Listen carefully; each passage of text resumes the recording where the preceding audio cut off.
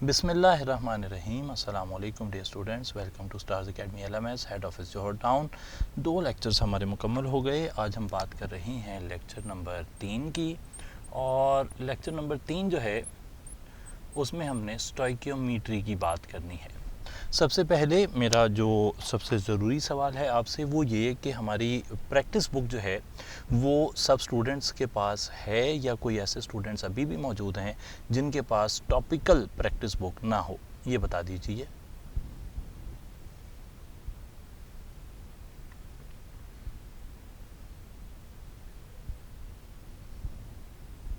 जी, है सबके पास? नहीं है? अच्छा, क्यों नहीं है, इसकी वजह कुछ पता लग सकती है? 1 वीक हो गया। ये आप कहीं वो अमेरिका बैठी हुई हैं कि पाकिस्तान में ही है?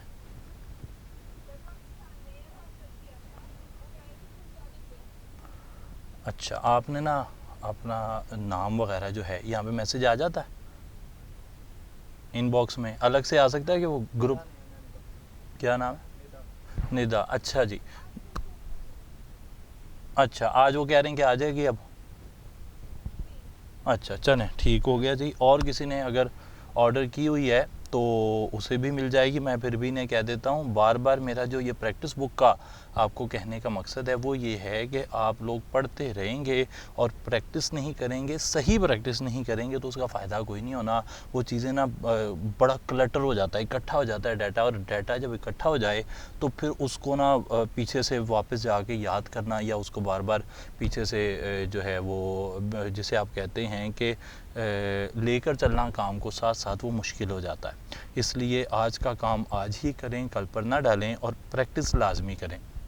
प्रैक्टिस बहुत ज़रूरी है इस हिस्से में, जिस स्टेज पर आप है ना, अगर आपने इसे मिस कर दिया तो ये बाद में ना कंपनसेशन नहीं इसकी होनी। फ़िलहाल जी बताइए।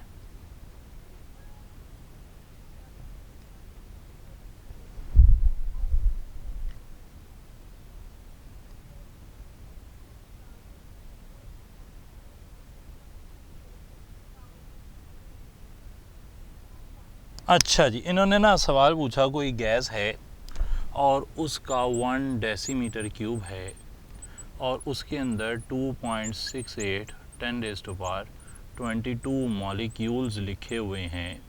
तो अब सवाल ये है कि ना गैस का पता है ना कोई और मामलात हैं, तो ये कैसे आ गया? बिल्कुल आपने सही बात कह दी। ये इस तरह आया है कि हम जानते हैं कि वॉल्यूम जो होगा, एवोगैड्रोज नंबर ऑफ पार्टिकल्स अगर आपके पास हों, यानी कि 1 मोल हो, तो उसका वॉल्यूम होता है 22.4 डेसीमीटर क्यूब। राइट, ऐसा ही सुना है हमने। तो अगर यहाँ से 1 डेसीमीटर क्यूब इधर ही रहने दिया जाए, 22.4 को सामने ले जाकर डिवाइड कर दिया जाए, तो ये इक्वेशन बनेगी। तो ये आ गए 1 डेसीमीटर क्यूब के अंदर नंबर ऑफ मॉलिक्यूल्स, और ये वैल्यू आती है 2.68 10⁻22। तो ये कैलकुलेशन से आया है कि 22.4 डेसीमीटर क्यूब होते हैं तो एवोगैड्रोस नंबर ऑफ पार्टिकल्स होते हैं, 1 डेसीमीटर क्यूब होगा तो कितने पार्टिकल्स होंगे। इस तरीके से ये निकाला गया। क्लियर हो गई जी बात? इस मेथड को जो आपने अभी पूछ लिया, हमने नेक्स्ट स्टेज में करना था, इस मेथड को यूनिटी मेथड कहते हैं। यूनिटी मेथड में हम कंपैरिजन करते हैं, यहाँ पर वॉल्यूम और नंबर ऑफ पार्टिकल्स में कंपैरिजन है। इसी तरह की कंपैरिजन हम स्टोइकियोमेट्री में अभी बहुत सारे और भी देखेंगे। तो जो अभी आपने सोचा, जो आपसे नहीं हुआ, इंशाल्लाह आज की लेक्चर के बाद इस तरह के और सारे सवाल जो भी पूछे जा सकते हैं वो आपसे होना शुरू हो जाएंगे इंशाल्लाह जी। तो अभी फ़िलहाल स्टोइकियोमेट्री, इसके 2 हिस्से मैं कर देता हूँ ब्रॉड। एक थ्योरेटिकल पोर्शन है और एक उसके बाद न्यूमेरिकल बेस्ड क्वेश्चंस वाला हिस्सा है। पहले हम थ्योरेटिकल पोर्शन को देखेंगे और बाद में हम जाएंगे न्यूमेरिकल बेस्ड प्रॉब्लम्स की तरफ। तो स्टोइकियोमेट्री है क्या? Stoichiometry is the branch of chemistry which deals with the quantitative relationship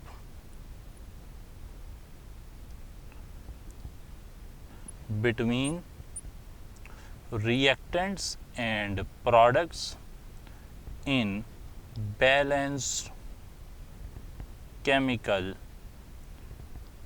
equation।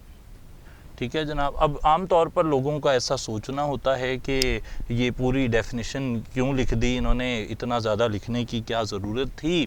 तो वो इसलिए मैंने ये बता दिया कि आप डेफिनेशन बेस्ड क्वेश्चन को बराए मेहरबानी इग्नोर मत करिए। डेफिनेशन बेस्ड क्वेश्चन सबसे आसान क्वेश्चन होते हैं, लेकिन स्टूडेंट वो जो कंसेप्ट वाला कंसेप्ट डिफ़िकल्ट की दौड़ में इतना लगा होता है कि वो एक सीधी डेफिनेशन को सही समझ नहीं पाता और उसे गलत कर देता है। फॉर एग्जांपल स्टोइकियोमेट्री की इस डेफिनेशन के अल्टरनेट हम देखें तो ऐसे भी हो सकता है, the branch of chemistry that deals with the qualitative relationship, ऐसे आ जाए तो वो बात गलत हो जाएगी। अगर वो ऐसे कहता है the branch of chemistry that deals with the quantitative relationship between reactants and products in any equation, तो भी गलत हो गई बात। ठीक है जनाब। तो यहाँ पर केमिकल इक्वेशन की जगह फिजिकल इक्वेशन कह दे तब भी गलत हो जाएगी। बैलेंस्ड के साथ छोटा सा अनबैलेंस्ड इक्वेशन लिख दे तो भी गलत हो जाएगा। तो इसका मतलब ये हुआ कि जो डेफिनेशन बेस्ड क्वेश्चंस हैं उनके साथ प्रॉब्लम ये होती है कि वहाँ पर हर वर्ड को देखना बड़ा ज़रूरी है कि वो एग्जैक्ट वो जो हमने डेफिनेशन सोची हुई थी उसके अकॉर्डिंग आ रहा है या नहीं आ रहा। अगर वो उसके अकॉर्डिंग नहीं आ रहा होगा तो वो फिर ऑप्शन गलत हो जाएगा, वो सही नहीं होगा। फिलहाल quantitative relationship between reactants and products जो हैं ये क्या, इस बात का मतलब क्या है, इसको हमें ज़रा समझना चाहिए। स्टोइकियोमेट्री जो है उसमें ये होता है कि अगर हमें एक चीज़ के मोल गिवन हो ना जी, तो हम दूसरी चीज़ के मोल कैलकुलेट कर सकते हैं। एक चीज़ के मोल गिवन हो तो दूसरी चीज़ का वॉल्यूम कैलकुलेट किया जा सकता है। एक चीज़ के मोल गिवन हो तो दूसरी चीज़ का मैस कैलकुलेट किया जा सकता है। एंड वाइस वर्सा का मतलब ये है कि इसके ऑपोजिट भी हो सकता है। तो अब यहाँ पे रिलेशनशिप होगा, अगर रिएक्टेंट के मोल गिवन होंगे आप प्रोडक्ट के मोल निकाल लेंगे, प्रोडक्ट के मोल गिवन होंगे रिएक्टेंट के मोल निकाल लेंगे, रिएक्टेंट के मोल गिवन है प्रोडक्ट का वॉल्यूम निकाल लेंगे, प्रोडक्ट का वॉल्यूम गिवन है रिएक्टेंट के मोल निकाल लेंगे। इसी तरीके से मोल मैस रिलेशनशिप भी हो सकता है। अच्छा, स्टोइकियोमेट्री की ये तीनों रिलेशंस की मैं एक एक एग्जांपल आपके सामने रखूँगा पहले, ताकि आप ये आइडिया ग्रास्प कर लें, फिर हम स्टोइकियोमेट्री को वापस आकर देखेंगे उसके थ्योरेटिकल पोर्शन को। तो मैं आपके सामने एक एग्जांपल रख लेता हूँ, एक आसान एग्जांपल से स्टार्ट लेते हैं। आल्दो पेपर में काफ़ी डिफ़िकल्ट एग्जांपल्स भी आ चुकी हैं, आपको मिल जाएंगी पास पेपर्स के अंदर। ज़ीनॉन ऑक्सी टेट्राफ्लोराइड एक डिफ़िकल्ट एग्जांपल थी, 1 प्रोपानोल एक डिफ़िकल्ट एग्जांपल थी, मतलब मैं उसमें जो रिएक्टेंट है ना उनके नाम ले रहा हूँ। आपको पास पेपर्स टास्क प्रैक्टिस बुक के अंदर पास पेपर्स 2009 से 21 और उसके बाद 23-24 में काफ़ी सवाल मिल जाएंगे स्टोइकियोमेट्री के, जो कि काफ़ी लेंथी थे। ठीक है जनाब। हम फिलहाल एक आसान एग्जांपल से बात को समझेंगे, फिर आहिस्ता आहिस्ता डिफ़िकल्टी लेवल बढ़ता रहेगा। हमें वो ये आ गया, फॉर एग्ज़ाम्पल H2 है, 2 H2 होते हैं, O2 से मिलते हैं और 2H2O बना देते हैं। ये आपके सामने एक इक्वेशन है और यहाँ पर हमें सवाल ये पूछा गया है, फॉर एग्ज़ाम्पल पहला क्वेश्चन मैं आपसे कर रहा हूँ, मोल रिलेशनशिप की बात हो रही है। तो सवाल ये है कि अगर आपके पास 4 मोल हाइड्रोजन हो तो फिर कितने मोल्स ऑफ वाटर बनेंगे, ये सवाल है। क्या कहेंगे आप?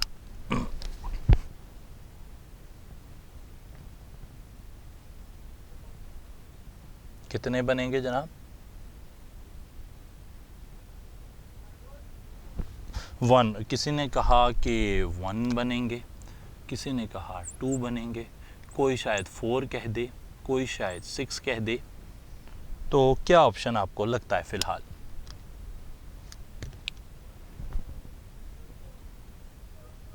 Four moles. कोई मसला नहीं, अगर आपको आंसर नहीं आता कोई परेशानी नहीं, इसीलिए तो हम टॉपिक पढ़ रहे हैं। तो अब हमें इस तरह के सवाल करने के लिए स्टोइकियोमेट्री की मदद चाहिए और वो हमें quantitative relationship between reactants and products बताएगा। कैसे बताएगा? आपको बैलेंस्ड इक्वेशन दी गई होगी और उसमें एक रिलेशनशिप होगा between reactants and products. For example इस रिएक्शन में हाइड्रोजन के 2 मोल्स हैं, जो वाटर के 2 मोल्स बना रहे हैं। तो यहाँ हम एक कंपैरिजन बना लेंगे, मोल मोल रिलेशनशिप इसे कहते हैं। आप कहेंगे कि जब 2 मोल होते हैं हाइड्रोजन के तो वो 2 मोल वाटर बनाता है, यानी कि हाइड्रोजन का कंपैरिजन आ गया वाटर के साथ। आपने कहा 2 मोल होते हैं तो 2 मोल बनते हैं। अब आप कहेंगे कि ये 2 जो इस साइड पर मल्टीप्लाई हो रहा है हाइड्रोजन वाली साइड पर, ये सामने चला जाएगा तो जाकर डिवाइड हो जाएगा 2/2, और जहाँ कुछ ना बचे वहाँ 1 बच जाता है। ये बात पता लग गई सबको यहाँ तक? तो यहाँ पर 1 मोल ऑफ हाइड्रोजन से 1 मोल ऑफ वाटर बनना चाहिए। हमें पूछा गया है कि 4 मोल्स ऑफ हाइड्रोजन से कितना वाटर बनेगा।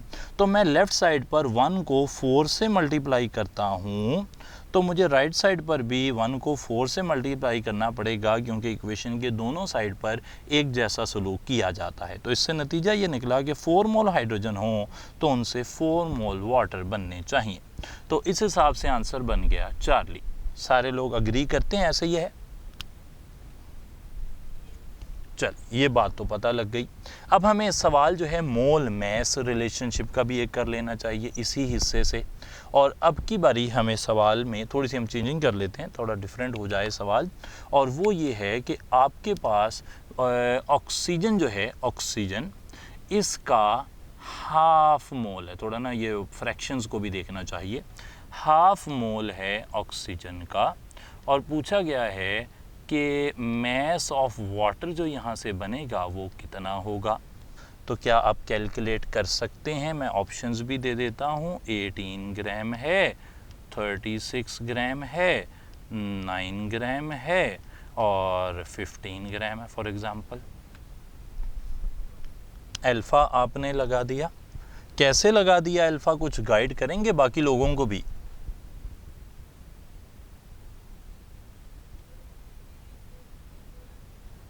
ये मैं साथ साथ लिख देता हूँ। आपने बड़ी अच्छी बात कही है, 1 मोल से 2 मोल वाटर बन रहा है। अब क्या मुझे यहाँ पे 2 मोल्स लिखने चाहिए या उनका मैस लिख दूँ, वो ज़्यादा अच्छा है?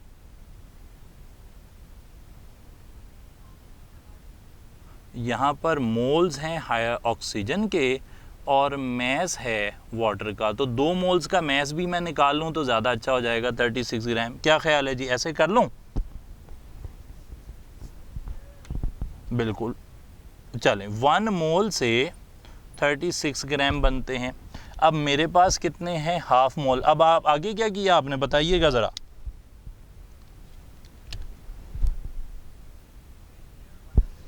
आधा मोल। आधा मोल का मतलब है 1/2, तो मैंने इधर भी डिवाइडेड बाय 2 कर दिया, और अगर मैं लेफ़्ट साइड पर इक्वेशन की कुछ करता हूँ तो राइट साइड पे भी कर दूंगा डिवाइडेड बाय 2। तो यहाँ पर आंसर आ गया 18 ग्राम, और इसलिए आपने अल्फ़ा ऑप्शन टिक कर दिया। क्या ख्याल है जी, ऐसे ही किया था?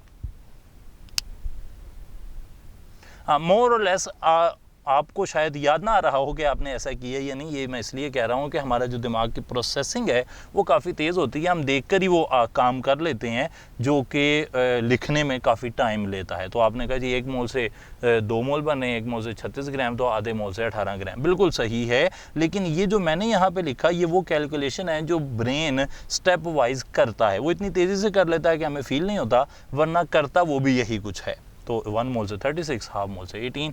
बिल्कुल सही कहा आपने, और उम्मीद है बाकी लोग भी समझ गए हैं कि ये काम ऐसे हो सकता है। क्लियर है पॉइंट? तो हम तीसरी कंपैरिजन पर चलते हैं।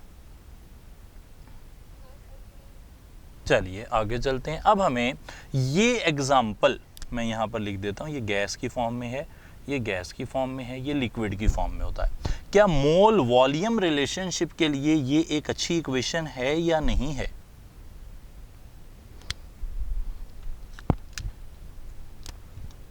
मुझे लगता है कि ये ज़्यादा अच्छी इक्वेशन है। आप मुझे कह भी सकते हैं कि आप सही नहीं कह रहे, कोई मसला नहीं जी। ये इक्वेशन, इसमें मैं ये सवाल पूछ रहा हूँ कि आपके पास 6 ग्राम कार्बन कंबस्ट किया गया है। What is the volume of carbon dioxide produced?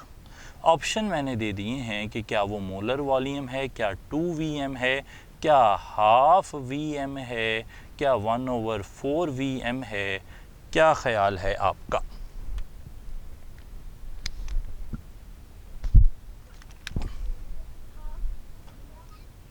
Half molar volume ऐसा कह दिया आपने, क्यों आपको लगता है ऐसा?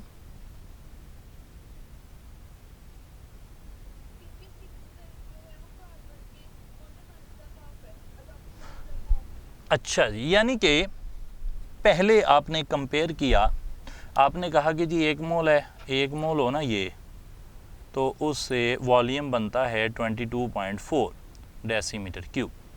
फिर आपने कहा 1 मोल का तो मतलब होता है 12 ग्राम, तो उससे बनते हैं 22.4 यानी कि VM बनता है। ठीक है जी, अब आपने कहा 12 यहाँ मल्टीप्लाई हो रहा है, मैं इसे 1 ग्राम कर लेता हूँ और यहाँ पे ला के डिवाइड कर लेता हूँ 12 से, फिर इधर भी 6 से मल्टीप्लाई कर लेते हैं और इधर भी 6 से मल्टीप्लाई कर लेते हैं, तो ये बन गया हाफ VM। ठीक है ना, 6 1 2 6 2 12, 22 का हाफ हो रहा है यानी कि हाफ VM हो गया। क्या ऐसे ही किया आपने? और बाकी लोग भी क्लियर हैं कि ऐसे हो सकता है ये काम?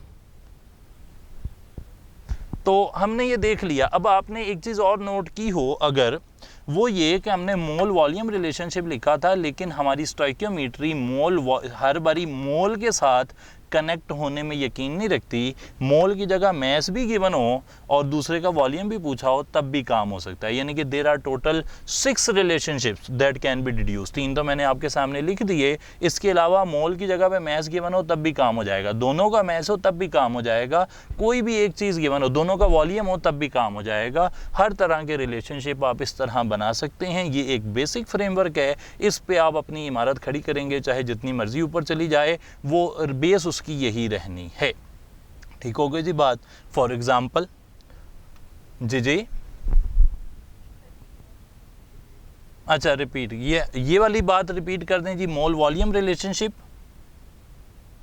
हमने कहा 1 मोल कार्बन, ये देखिए यहां से देखिए, 1 मोल कार्बन हो तो उससे 1 मोल कार्बन डाइऑक्साइड बनता है जिसका वॉल्यूम होता है 22.4 डेसीमीटर क्यूब, या फिर आप कह सकते हैं मोलर वॉल्यूम के बराबर।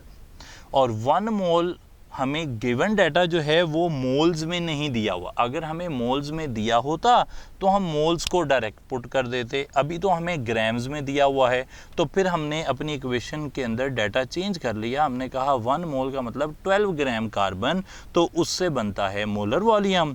और अगर 12 सामने जाके डिवाइड हो जाए तो 1 ग्राम से बनेगा 22.4/12। और अगर मुझे 6 ग्राम की कैलकुलेशन पूछी गई है तो मैं लेफ्ट साइड पर भी 6 से मल्टीप्लाई करता हूँ, राइट साइड पर भी 6 से मल्टीप्लाई करता हूँ, 6 1 6, 6 2 12, और ये बन गया half VM, half molar volume, यानी कि ये वाला ऑप्शन। बात पता लग गई जनाब? अब ये हो गई स्टोई जी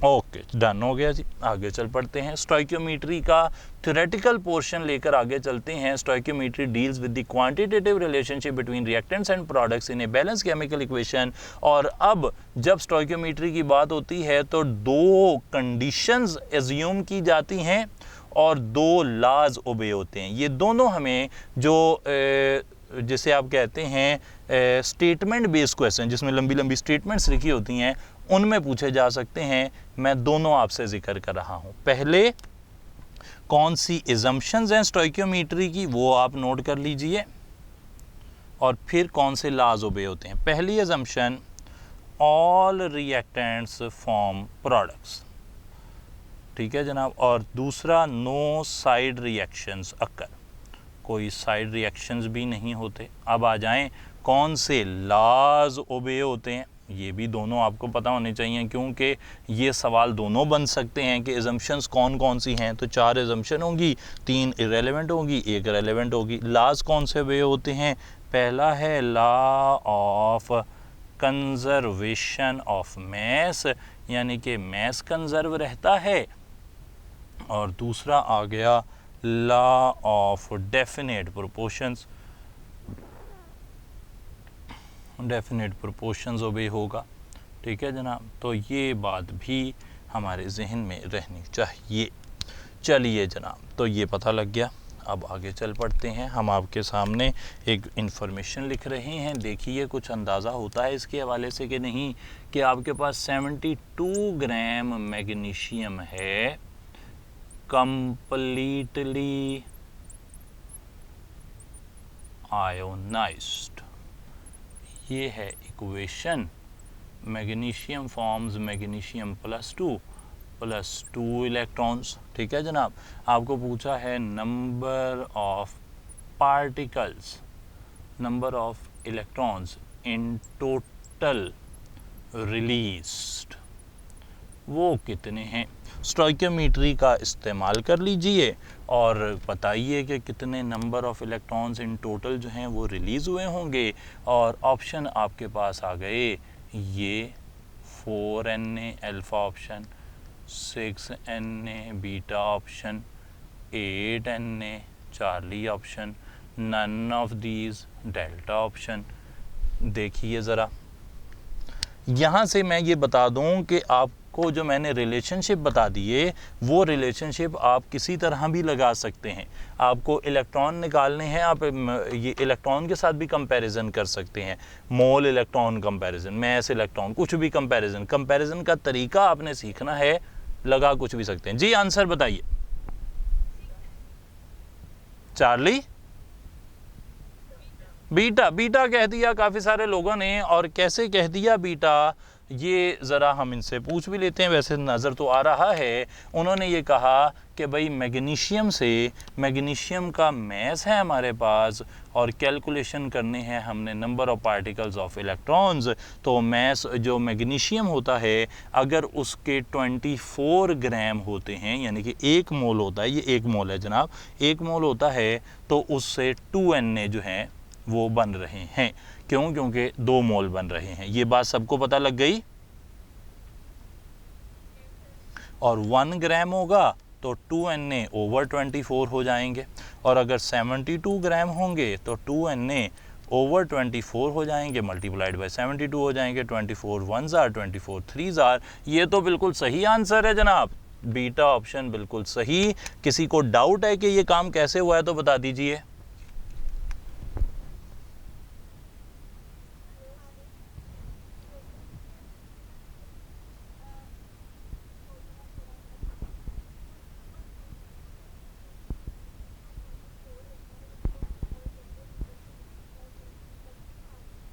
इन्होंने कहा कि भाई देखिए, ये भी तो एक बात है, हम इन चक्रों में जो पढ़ रहे हैं, हमने ऐसे पढ़ा था कि mass over molar mass is equal to N over Na। ऐसे कर लें तो मैस 72 ओवर 24 N आ गया, निकालना है, और यहाँ पर Na आ गया।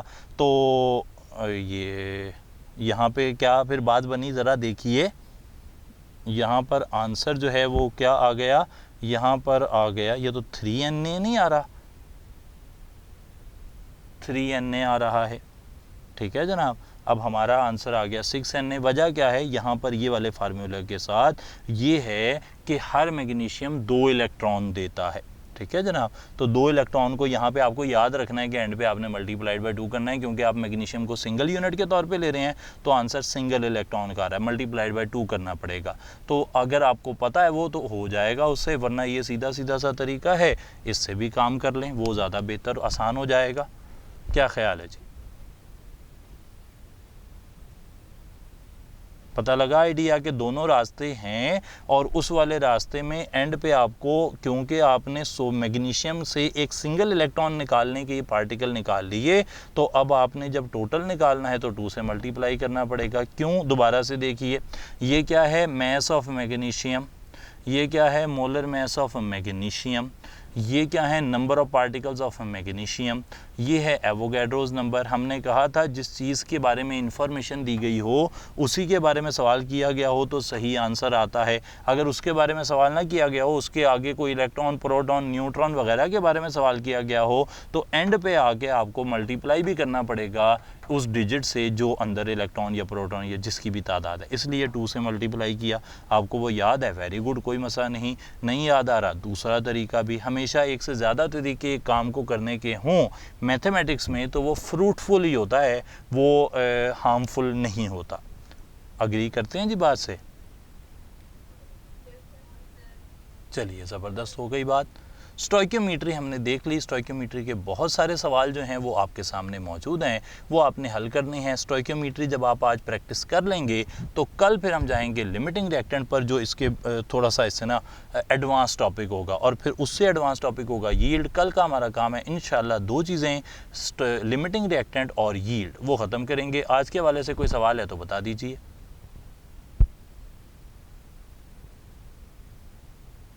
कोई भी? जी बताएं।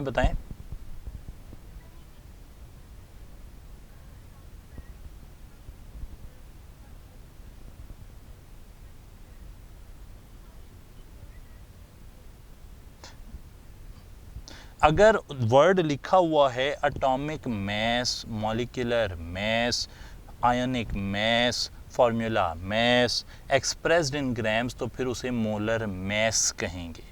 अगर मास का वर्ड लिखा है तो यहाँ भी मास का वर्ड आएगा जी। ठीक है जनाब।